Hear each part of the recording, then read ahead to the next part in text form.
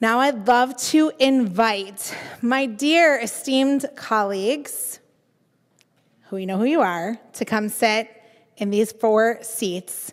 The bios of, yes, please, yes, that's you. There's, some of you go here, some of you go there. Just move the mic, just move the mic. Thank you.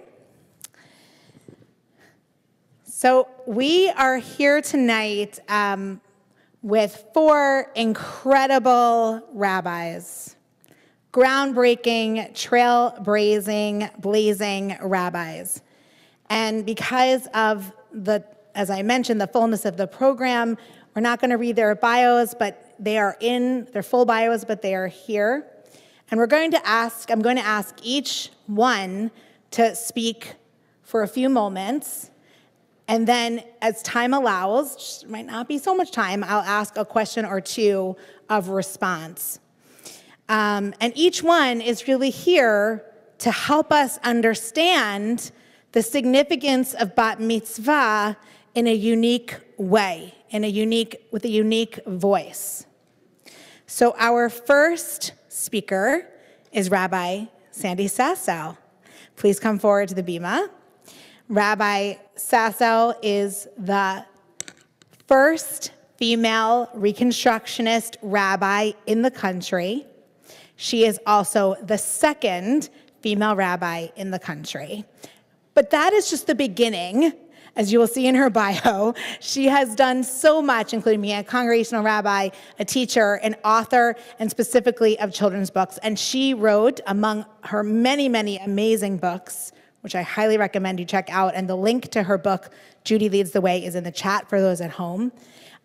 She wrote a book about bat mitzvah, about Judy, and she's here to tell us why and what young girls should know about bat mitzvah.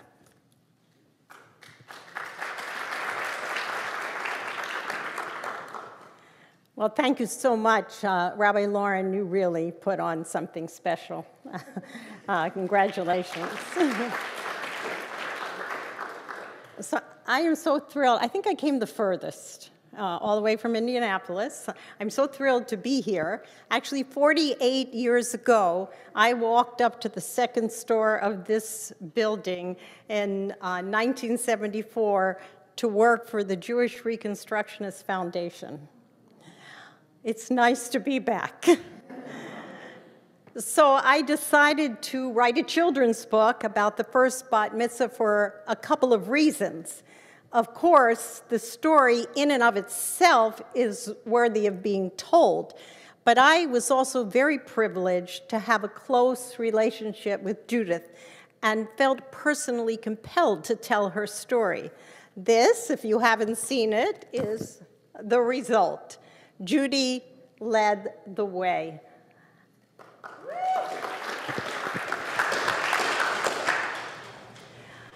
So whenever I would teach young people, they would always be surprised to find out that bat mitzvah had not always been part of tradition.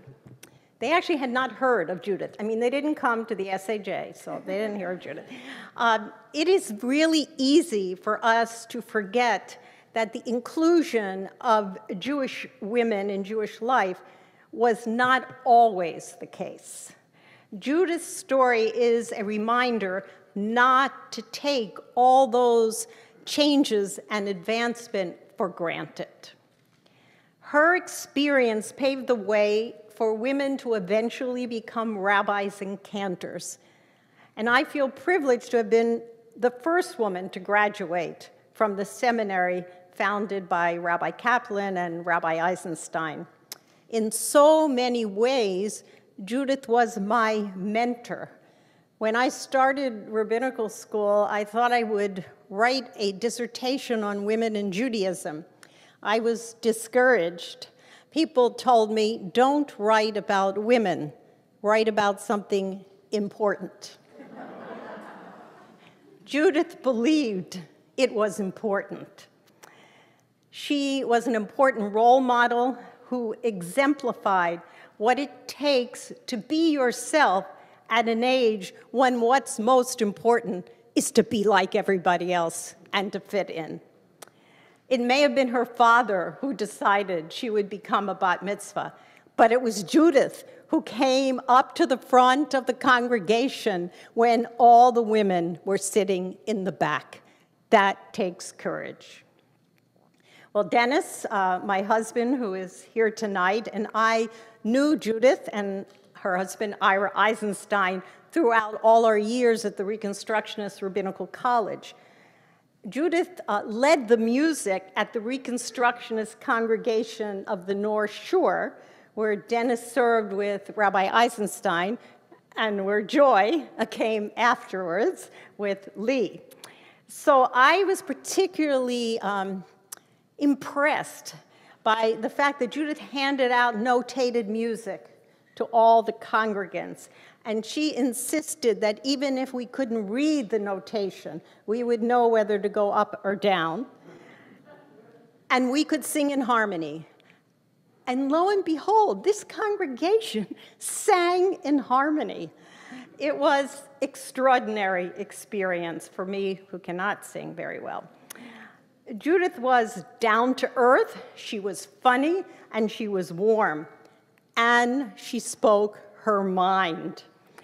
I recall her once telling me that she disagreed with the talk that I had delivered. That was devastating. She spoke her mind, but she was very careful about a year later and gracious to acknowledge when her views had changed. She said to me, "Do you remember when I questioned something you had said?" How could I forget? Well, she said, "You were right." That takes a big person. And this reminds me of a conversation that Dennis had with Rabbi Kaplan when we were in seminary. Dennis told Kaplan that he contradicted himself by saying something in class that was different than what he had said the week before, to which Rabbi Kaplan responded, "I too am evolving." Like her father, Judith reveled in the freedom to change. She said of her growing up, there was a constant opening up of possibilities and enrichment. It made being Jewish a great joy. So when our daughter Debbie became a bat mitzvah in 1992, the same year Judith celebrated her 70th anniversary, Dennis and I, and Joy was there too.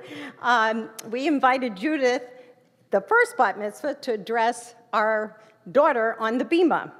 And Judith said to our daughter, "Today you are the youngest and I am the oldest bat mitzvah."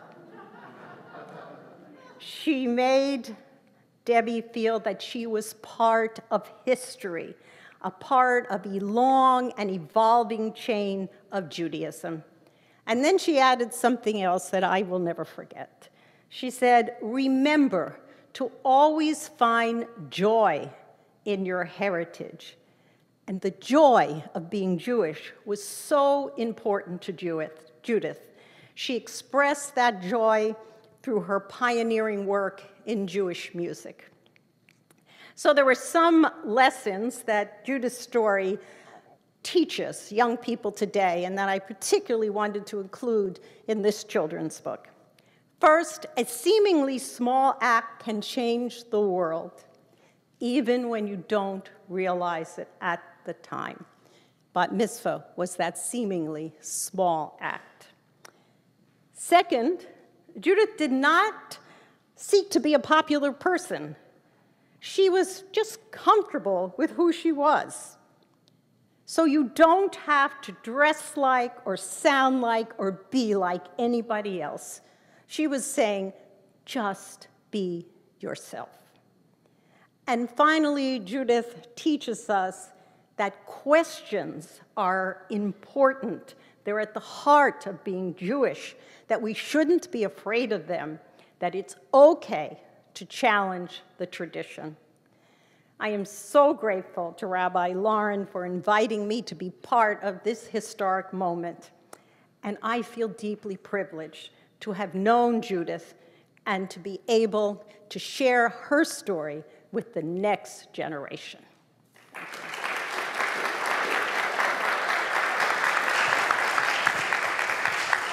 Thank you so much, Rabbi Sassal. The next person we call up is Rabbi Joy Levitt, no stranger to this bima, as the former Rebbitzin emeritus, I guess, emerita of SAJ, and also, of course, as the head CEO of the Marlene Meyerson JCC of Manhattan for 25 years, recently retired. But still up to a lot of good stuff, as we can see in her bio. So Rabbi Levitt is going to come speak about Judith and about adults.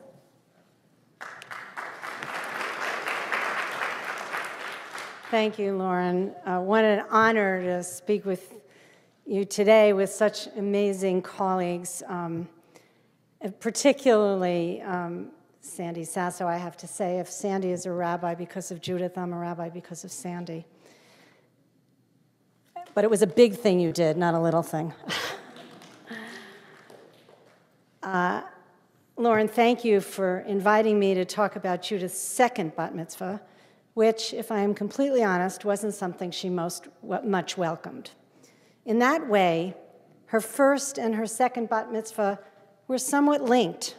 Others wanted and needed her to do it, not for her sake, but for the sake of larger principles to which she certainly adhered, but had no need to articulate through this particular ritual.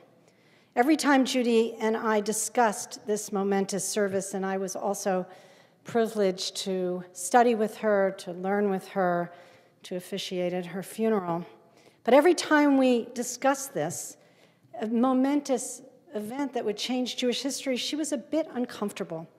She hadn't initiated the desire, feminist as she was even then. She actually didn't even do much, as you've heard, as she would always quickly point out. So when I came to her in 1991 to suggest that she have this second bat mitzvah, she balked. Truth be told, I felt that it would be an opportunity for the Reconstructionist movement to assert its rightful place as the leader of egalitarianism in Jewish life. Judith would once again be an instrument toward that end. Why then? Well, the biblical lifespan is 70, so there is a tradition of a second bar mitzvah at 83, 13 years later. And for women, because the age of bat mitzvah in the Talmud is 12, that would be 82, the age that Judith was approaching. But when she once again demurred, saying it hadn't been that big of a deal and she didn't do that much, I said, well, now's your chance. I said, I will only officiate at this service if you read Torah. Then you can get that monkey off your back. Truth was, I don't think it was a monkey on her back. It never occurred to me that she actually couldn't read Torah. She was a musicologist, played piano. One of my fondest memories is listening to Judith and Ira play four-handed piano in their apartment in Rittenhouse Square when I was in rabbinical school. Of course, my setting terms for something that she didn't really want to do anything anyway was a bit brash, to say the least, but somehow it worked. I think she so loved the Reconstructionist movement that she was willing to help however she could. She agreed to learn Torah, which of course was not that difficult for her, and we began planning. What do I remember?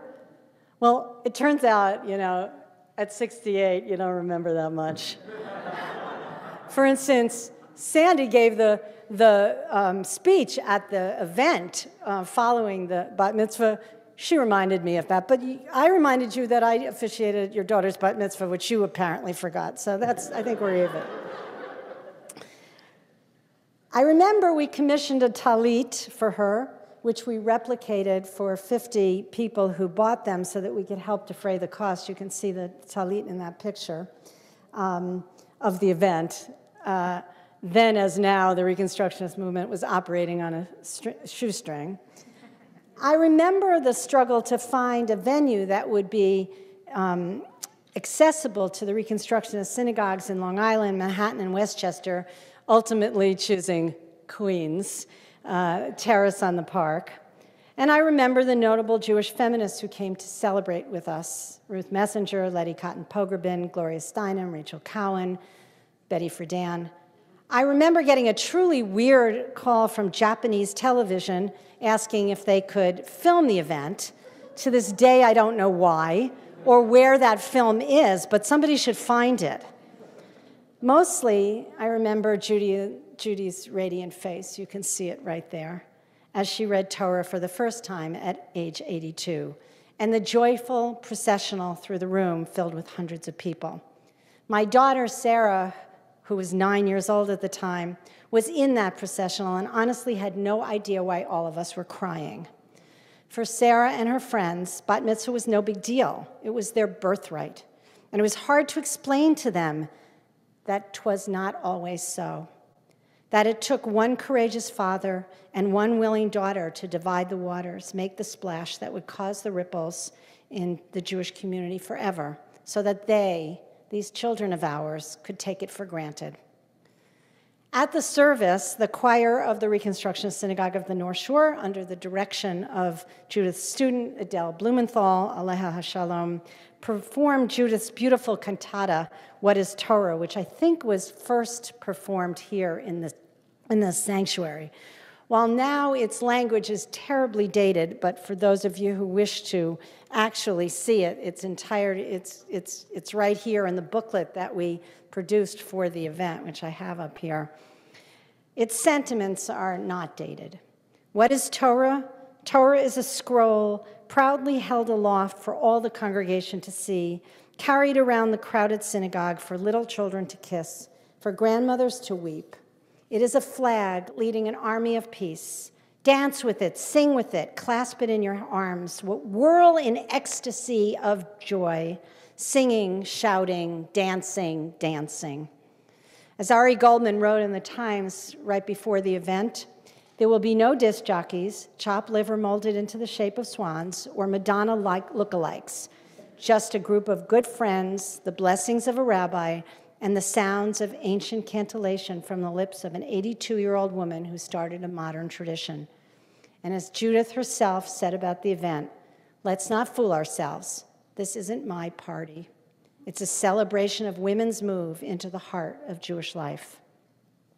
Judith not only paved the way for young girls to become bat mitzvah, but her second time around motivated thousands of adult women to join her in the study and celebration that bat mitzvah signifies. In all three of the congregations that I have served, the most powerful experiences I had were celebrating adult women who had either been deprived of becoming bat mitzvah at 12 or 13, or for some reason hadn't had access to at the time. Some of you are actually here in this room. Perhaps their parents didn't believe in it, or they grew up in homes that weren't Jewish, or they hated Hebrew school and didn't want the ritual. Whatever their reasons, women as young as 25 and as old as 90 studied many hours with me, learning how to read Torah and teach Torah in order to take their rightful place among the Jewish people. It is inspiring to watch the power of this ritual, and Linda, if you do it, I will be here. This simple act of standing at the Torah, taking your talit, and touching the scroll in order to say, this is my story. I belong here. I will end with just one story. In May of 2002, shortly after Michael became the rabbi of SAJ, I was speaking at a kiddush with Marjorie Weiler, a longtime member of the SAJ and Ruth's mother. At the time, she was 86 years old and, of course, had never been bat mitzvah. So I couldn't, where are you, Ruth? You're here? Okay. So, of course, I couldn't resist. Come on, Marjorie, piece of cake. You can do this. She said to me at the time, if you have a class, I will join. And that's how the first adult bat mitzvah class I taught here at the SAJ was started. Sadly, Marjorie died that summer, right before the class began. And since that time, Ruth and Andrew have sponsored the kiddush for every adult bat mitzvah class at the SAJ, and I am sure they will do so for you as well, Linda. Maybe these adults, now men and women, wouldn't say it was a piece of cake. They worked hard, but it certainly was a sweet. Thank you.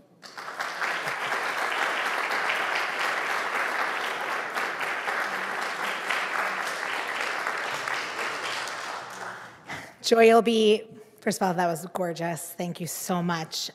You'll be proud to know, April 30th, 17 adult SAJers will become adult bar mitzvah. And maybe Ruth now has an opportunity to sponsor the Kiddush. I didn't know that. Thank you. The next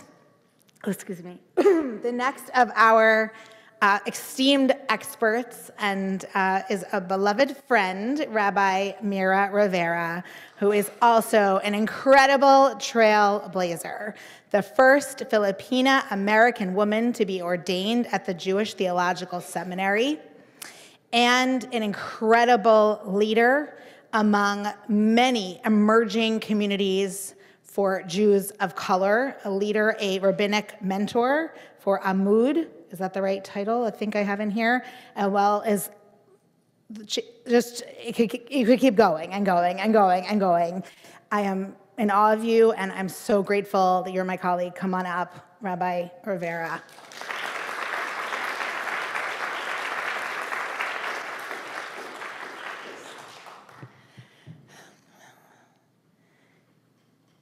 Hineni,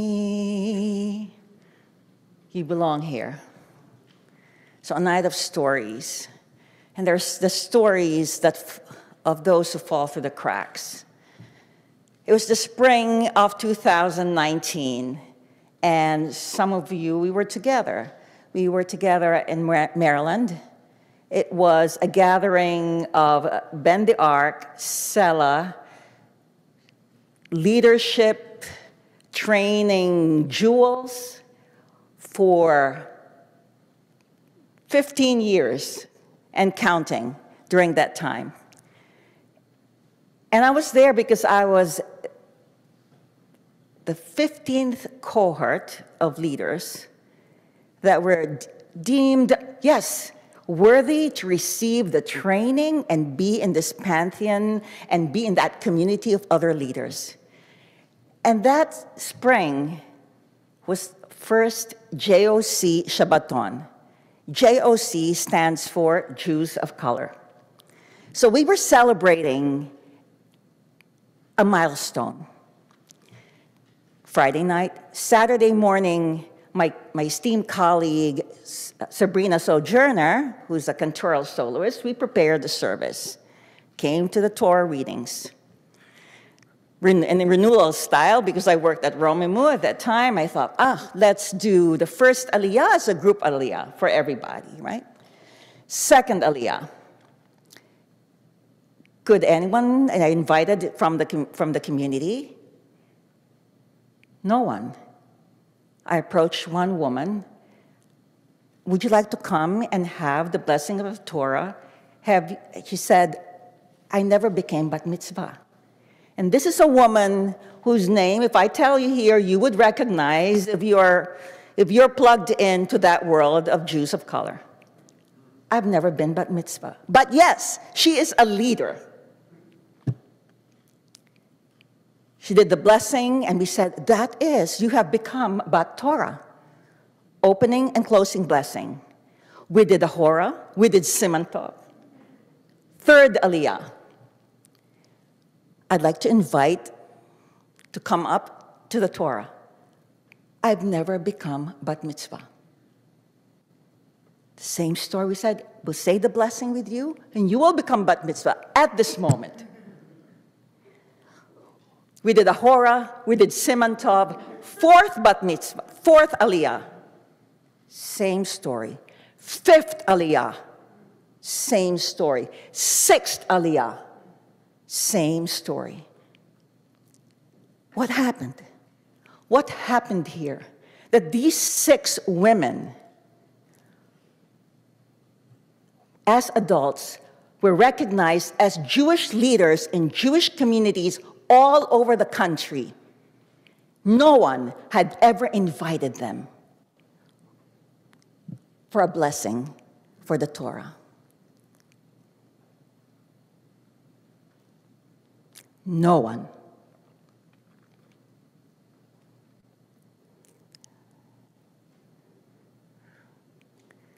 That was many, many years after I myself found myself crying in my bedroom as my daughter was learning for her bat mitzvah. I was sitting in her bedroom crying out of pure jealousy. Jealousy that this voice was coming out from that other room as she chanted. I had been in a Jewish community for many years. No one had asked me. Except I had to jump to the top of the honors. I was asked to be Kala for Simchat Torah. But I was told, you don't need to know everything, just memorize it. Hineni, for those of us, the black women, those who are seen as different, the Asian women, the Latina woman, the Latina girl, the black girl, the Asian girl, and those of us who fall in between. Hineni, you belong here. Hineni. Thank you.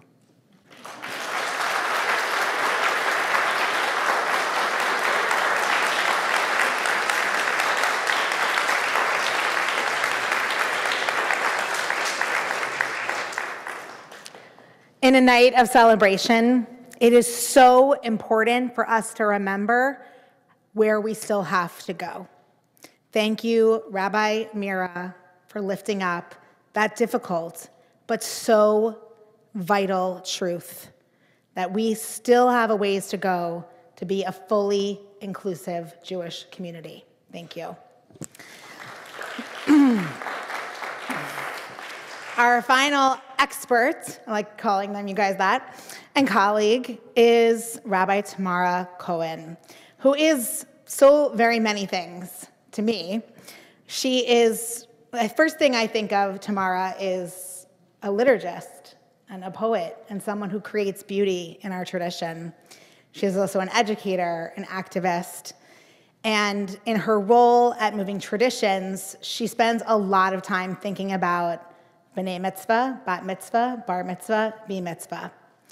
And she's gonna talk with us about something we've already brought to the fore and is something that we take great pride in at SAJ, is the continuation of this gender revolution to expand to people who are transgender, non-binary, genderqueer, et cetera. And also Tamara and her colleague, Rabbi Daniel Brenner, wrote an accompanying lesson plan and questions that went along with the Instagram series and are being used in classrooms like SAJ and around the country. So thank you, Tamara.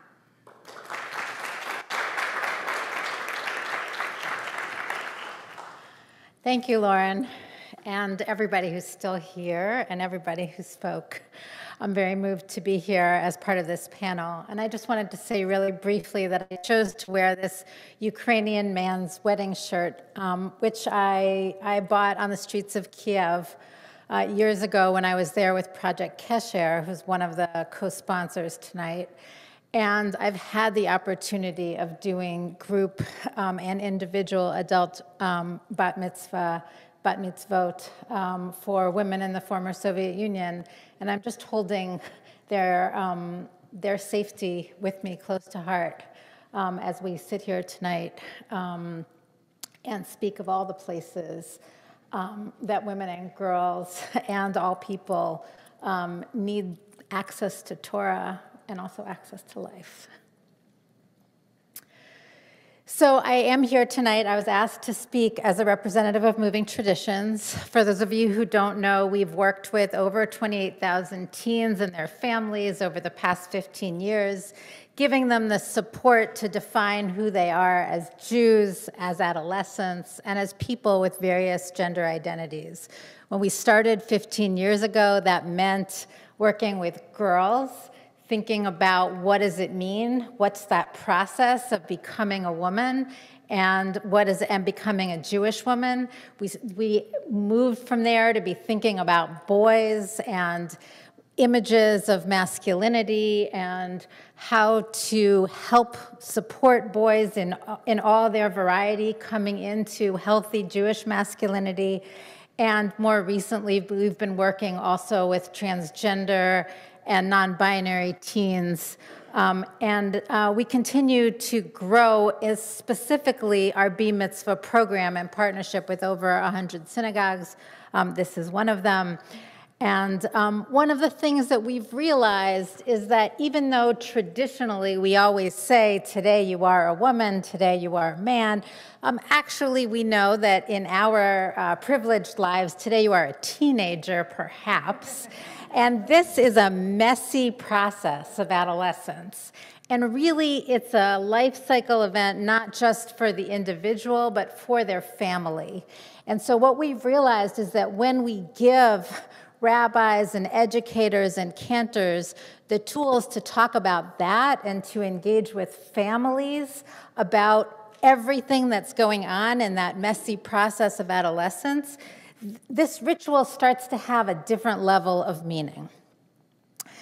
And so what I want to talk about is why we chose to call our program B Mitzvah, or B Mitzvah, as I like to say it, and why I would love if one of the ways that you leave tonight, leave the Zoom, is thinking that actually part of honoring 100 years of Bat Mitzvah is to start thinking more about B Mitzvah, being in mitzvah as a way of opening up the Jewish community more, opening up Jewish ritual more. Because as we all know, there's a big cultural battle taking place right now all around us.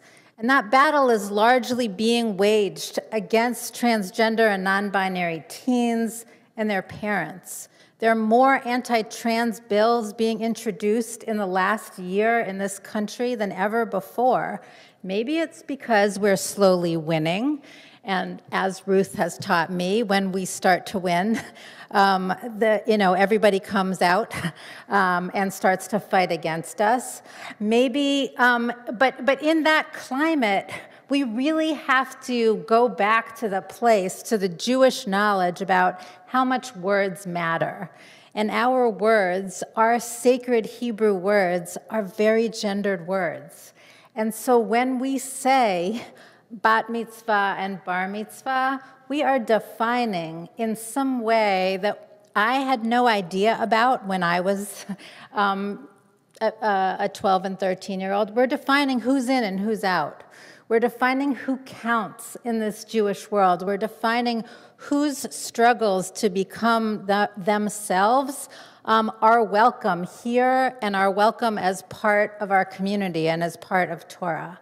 What if instead we said, you don't have to decide at 12 or 13. You don't have to know. Sure, you're going to be called up to the Torah, but if we call you up with na la'amod instead of ya'amod or ta'amod, we're saying something. We're saying you're part of our community no matter what.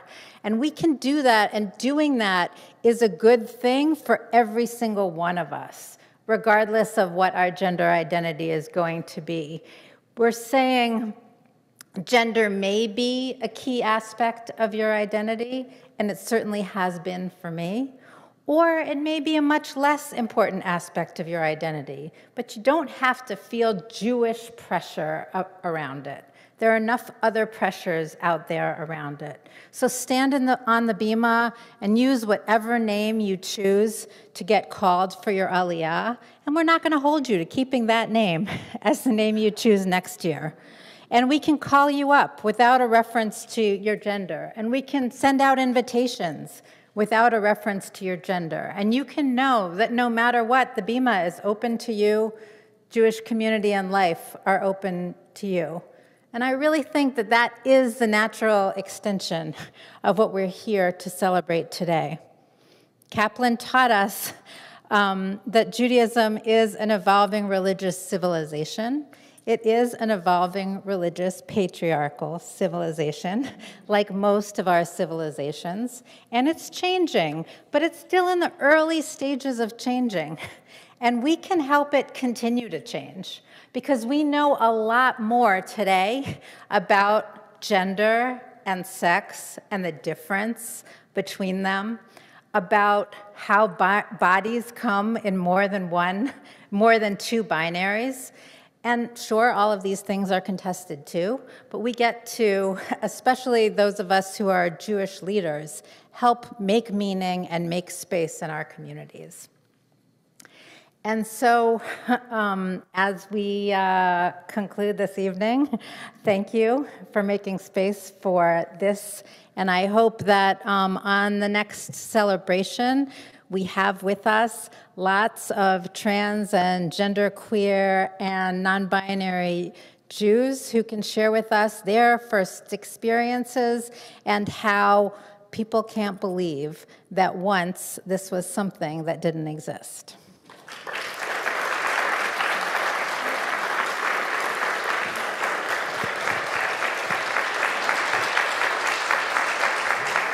Thank you, Tamara, and I'm really restraining myself from saying so many things. This is such a passionate issue for me, but I just want to tell one quick story, which is that I've had, we call everyone B Mitzvah for the last several years, Nala Amod, and I had a teen email me 2 days before their B Mitzvah. I changed my pronouns, FYI, my parents don't know, I wasn't clear, and we're like, we gotcha, no problem, nothing has to change, all is good, just keep smiling, we'll see you on Shabbat. It's amazing and transformative and so important, so keep doing it and gratefully take that message with us. So we have clearly come to the end of the program. I just want to say two things briefly. The first is that I would encourage you, in honor of Judith, to make a donation to a charity of your choice that advances women or non-binary people.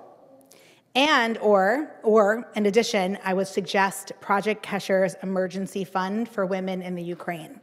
The link should be in the chat for those who are at home. And if not, it's easily found on SAJ's stuff and around in the world, in the Jewish community. I want to also just conclude by starting with saying what I said at the beginning. When a Mordechai comes up to you and says, maybe it is for this moment that you have come into this position, say yes. One small step can change the world. Thank you so much. Thank you for being with us. Thank you for celebrating 100 years of Bat Mitzvah. Thank you at home. Thank you so much. Have a wonderful, wonderful evening, everyone.